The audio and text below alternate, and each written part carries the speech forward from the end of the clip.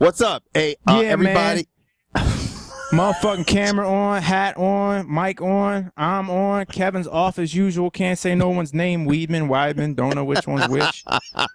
George is amped the fuck up, everybody. I don't know why, because usually when we tape this shit, he's coming home from work and he's fucking tired as balls. But you're fired up, man. Why are you so fired up? You want to know why? Anyone wants to know why I'm amped up? Is because my whole entire right leg is still completely numb from my debacle this morning. If anyone doesn't know what I'm talking about, go to Twitter and check it out. That shit still hurts, dude. And it's starting to swell up like my head, and it's not fun.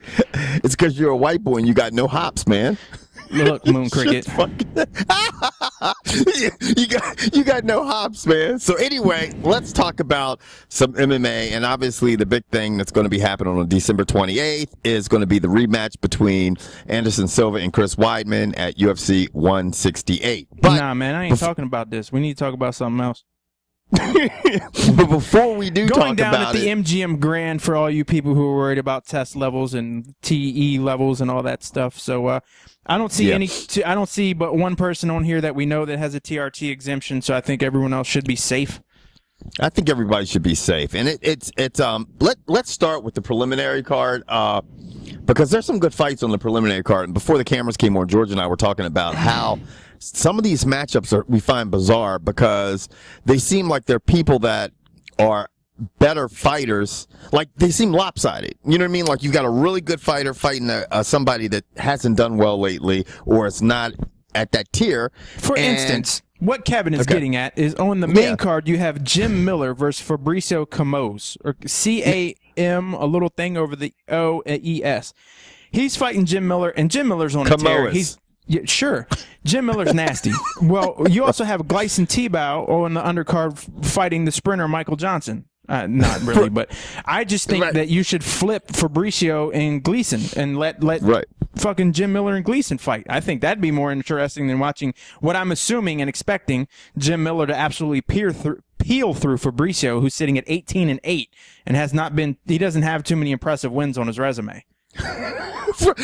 Well, let's before we we're all over the place. I'm sorry. I'm just pointing out a glaring mistake in my opinion.